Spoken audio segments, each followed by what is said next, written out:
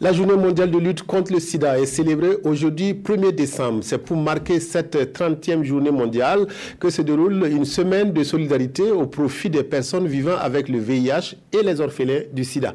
Une manifestation destinée à rejeter la discrimination et la stigmatisation dont sont victimes ces personnes. Idrissa Warga, Pascal Kané. Il faut changer de comportement vis-à-vis des personnes vivant avec le VIH.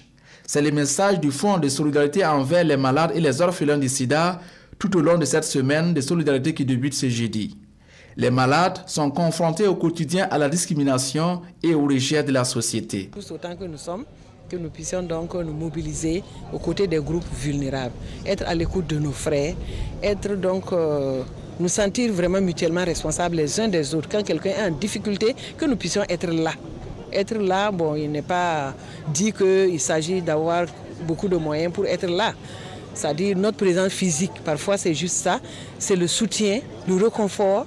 Le Burkina Faso compte plus de 90 000 personnes vivant avec le VIH, dont 9 400 enfants de moins de 15 ans.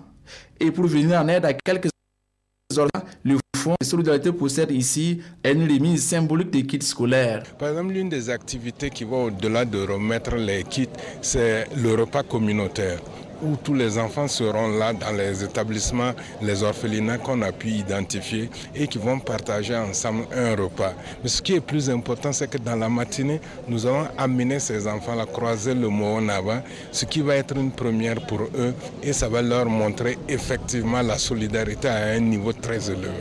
Solidarité également envers les associations œuvrant dans la lutte contre le sida. Les autorités visitent à l'occasion les stands où sont exposés les produits fabriqués par ces associations.